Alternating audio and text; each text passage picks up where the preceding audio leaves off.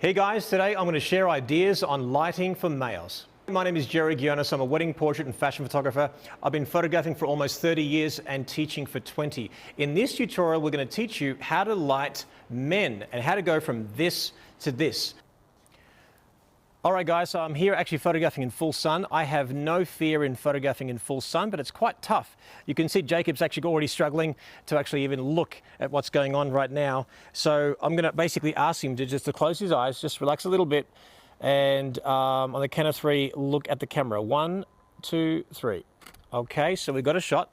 So he's struggling. That's okay. Some people will be a bit more sensitive to light than others. That's okay. Now, some of us may have the idea of putting our male subjects, and female for that matter, actually in open shade. But let's have a look at what that looks like. Okay, so come nice and close to me. Okay, just about there.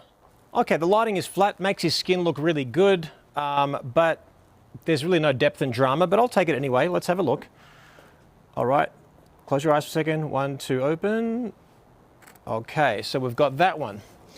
All right, so on the other hand, we might actually shoot in the opposite way. So now we've got open shade that's reflecting back off the sun. Now this might be a great location, but it's actually my garage, but the lighting's gonna be a little different still. Okay, just there. Ready, eyes at me. Okay, and he's struggling still. Okay, so many of us are tempted to actually always backlight, and there's not a problem with that, but what you have to understand is that the light coming from behind will never give us also a good quality of light from the front unless it's being reflected by something, or we're adding in a strobe or something to that effect. But if we're tempted to do it the easy way, simply just backlight everybody, then we're going to get a shot like this. So he's looking at me. Great, I get the shot. So you'll see the difference between the sunlight shot, the backlit sun shot, then we've got the open shade, and then we've got the open shade in a different area, and you can sort of see that it's okay, but I wouldn't really call that lighting. It's just sort of like, well, stand there and let's hope for the best. The idea is that we want to create mood and depth and dimension and character and say something about who we're photographing, and that's where these lighting tips that we're going to share are going to work for you. So we're in my garage, my glorified studio here. We have the garage door open and we have natural light basically coming through here, illuminating Jacob.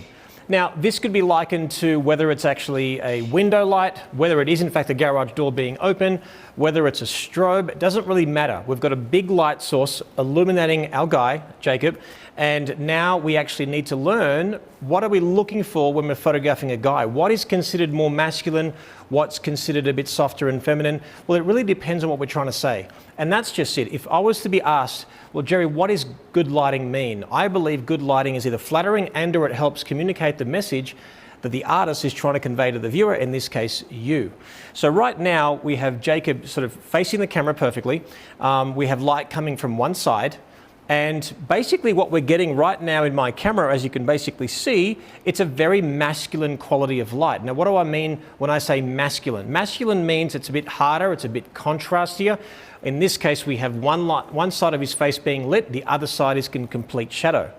So if, for example, we had a female face or a female form with this kind of lighting, and maybe we didn't have so delicate features on that female face, what happens is if you use this, what I call contrasty masculine light, well, that would actually not be very nice and not be very flattering on that female form. In like manner, when we go back to the male face, this guy, he's a good-looking dude, no problem. And it doesn't matter how good-looking or how challenging your subjects are, it's really up to you and I to bring out the best in our subjects. So right now, Jacob is facing the camera, as we said. I'll get his hands in his pockets. We're going to basically be focusing on head and shoulders for the moment. And right now, I'm just going to get you to hang your body a little bit more forward and then chin down a little bit, eyes at me. So no smile for this one, just passive, really cool. And basically the way he's looking at me right now, it's quite passive, which is what I asked for, but it almost looks like he's just looking into nowhere. I find that when you're photographing anyone for that matter, if you want to get a bit of mystery in the eyes, for decades I've been saying, give me a little hint of a squint. That's it. Got a bit of brow pressure there, which looks really cool. Hold it there.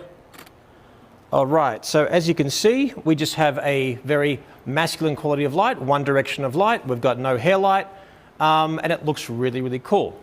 Now, do I turn his body and his face towards the light? And if so, what does it do? So remember, we have one direction of light. He's looking into the camera. One side of the face is being lit, one side is not. I'll often get asked the question, Jerry, when I'm lighting a guy, when I turn his face towards the light, when do I stop? Well, let's try this. So what I want you to do, mate, is I want you to turn your face this way and turn. Okay, so we'll come to what this lighting situation is all about in a moment. But what I want you to do is we're starting on the light side of your face. So I can see more skin than I can see shadow. So more of your face is in light than it is in shadow. What I want to do now is I'm going to get you to tilt the top of your head towards the light. Stop there. And now I want you to turn your face. Keep on turning, stop.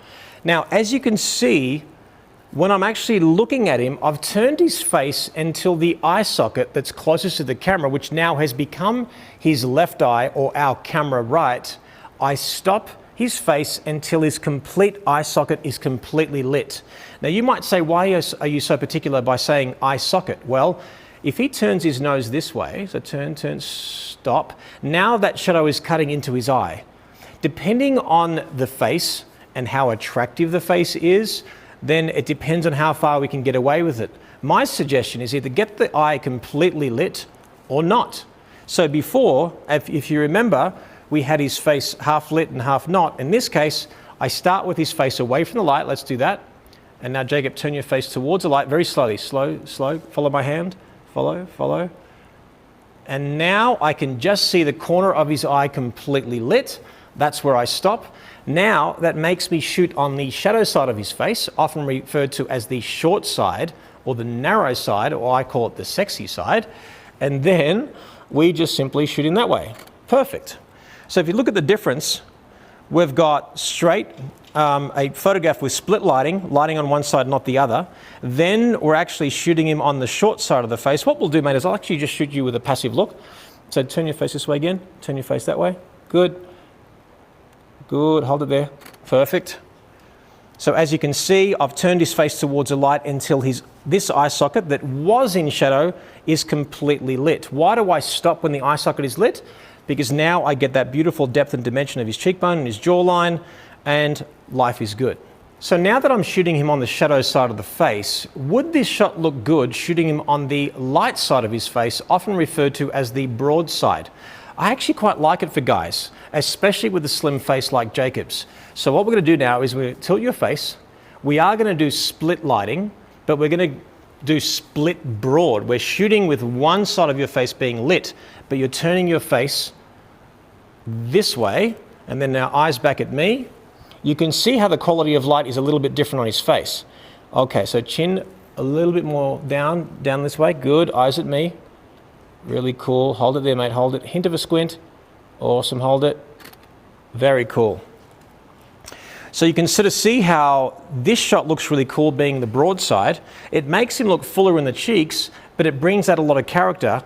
He gets away with it because he's got a slim face. If we go back to that other one, that looks really cool, that short side of the face. And then of course you've got the split side. Now, what happens if we're photographing him front on with a good quality of light?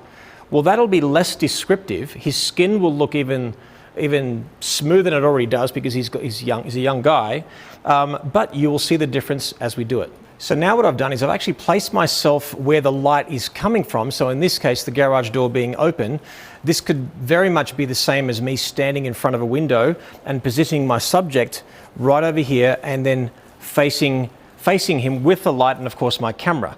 Now you'll notice that it's softer on the skin, great, it's less descriptive. But depending on the nature of what you want, this might be what you need. For example, if you're photographing maybe parents or grandparents with aging or mature skin, this might be the direction that you want to go for. If you want to actually photograph texture and depth and dimension, then lighting coming from the side, as we basically did before, that will bring out more shadows, which will actually give you that drama. Right now, there's no drama. We're just doing clean portraits looking at the camera. So let's just do that right now. Okay, eyes at me, mate, just passive is cool. Good, hold it. Good. Nice clean portrait. It's okay, it's nice. I guess that's all it is. It's nice and it's safe. For me, even more important than lighting is actually shadows. In this case, I don't get any shadows really whatsoever. Maybe a little bit underneath his jawline because the light's sort of coming from up high. Let's see what happens when he turns his face one way or the other. So let's just turn your face a little bit this way. Turn. Now you can see how very subtly he actually turned his face to the background, and the background is quite dark, so it cut away light.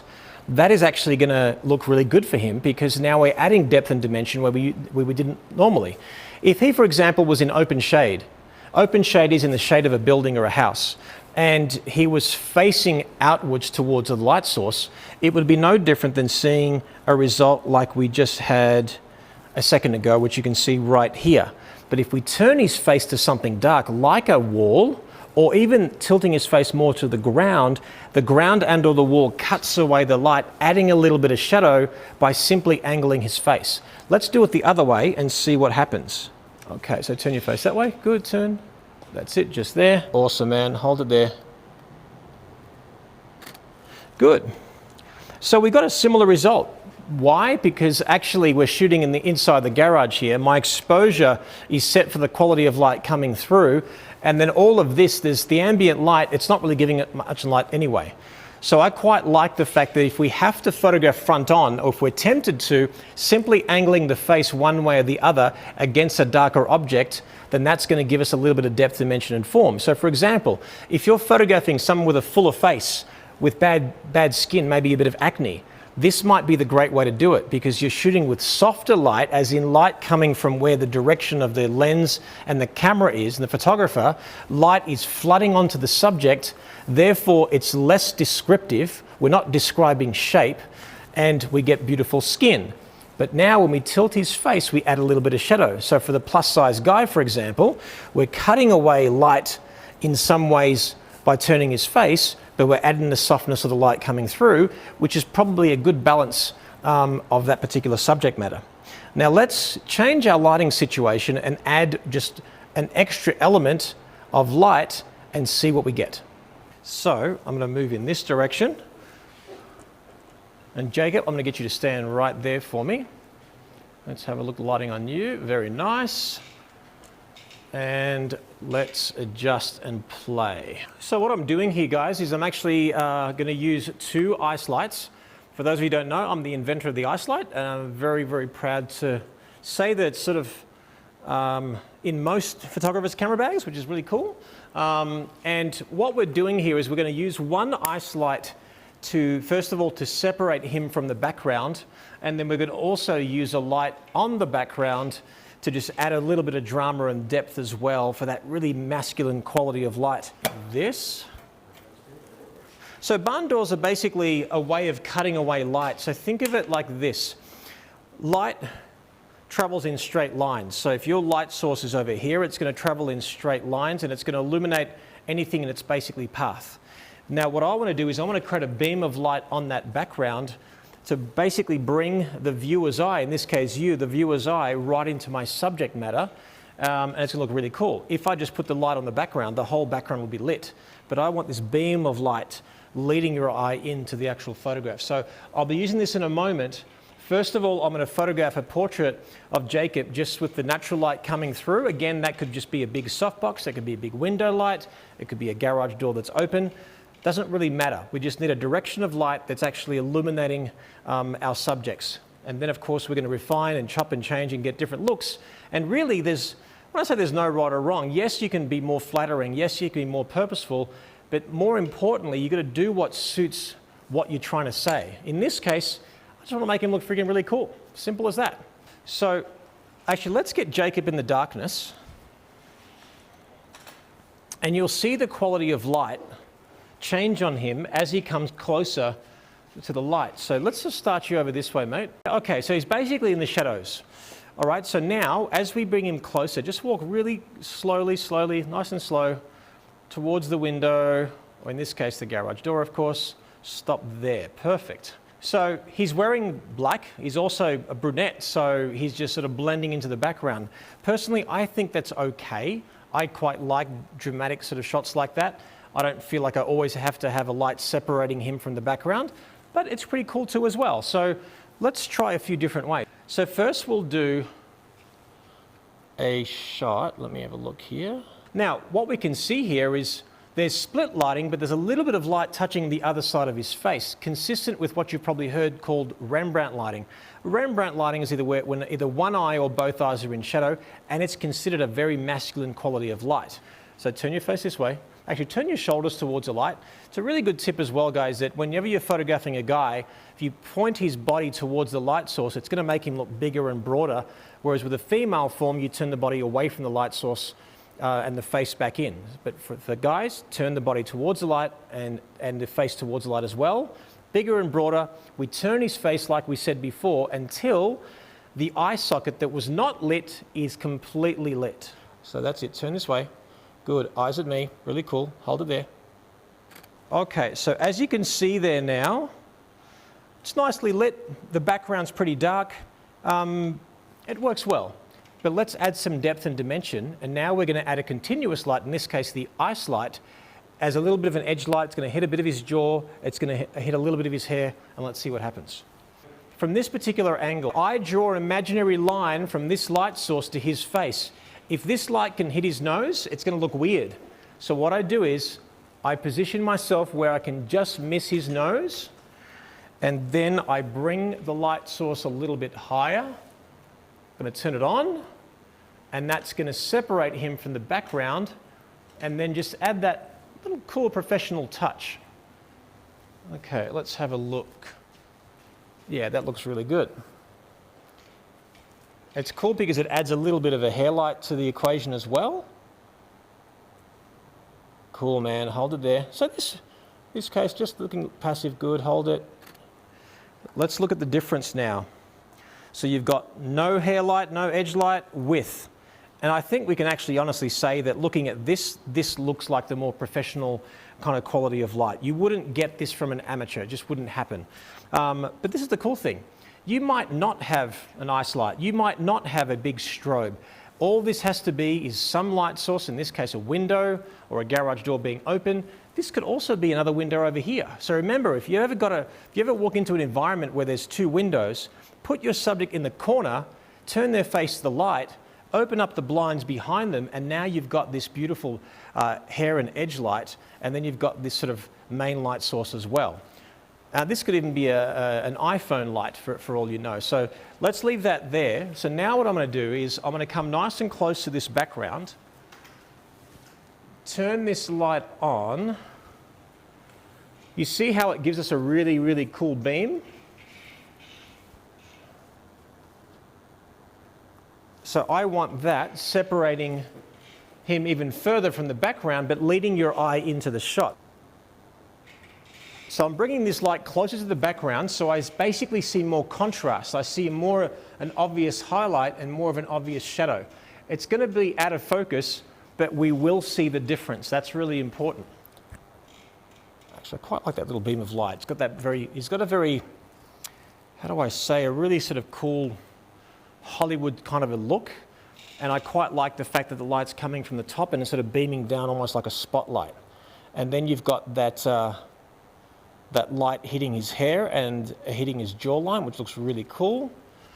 And I'm going to bring this even closer to him so I can get a bit more contrast. Again, draw an imaginary light between him and his nose.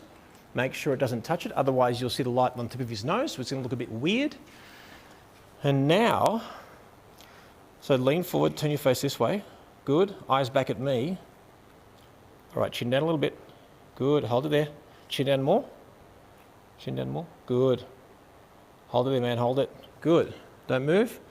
Just like that. Hold it. And there you have a huge difference between the three. In fact, let's do it live so you can see it. Okay, so stay there for me. Don't move an inch. So we're going to turn these lights off. So now, inside my camera, you can see that the light's falling on nicely. Let's start from the beginning. Turn your face away. So now we turn the face to a point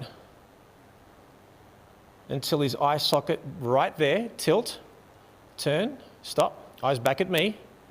Good. Okay, so now we've got his face nicely lit. It's not touching his ear. Notice too that we can't see his left ear. Watch this. Turn your face this way. More. Stop. You see how his left ear is popping out? It can look a little bit weird. Either I get the ear all in or all out. In this case, all out. Stop. It's less distracting. So keep on looking at the camera. Watch what happens. We turn this light on.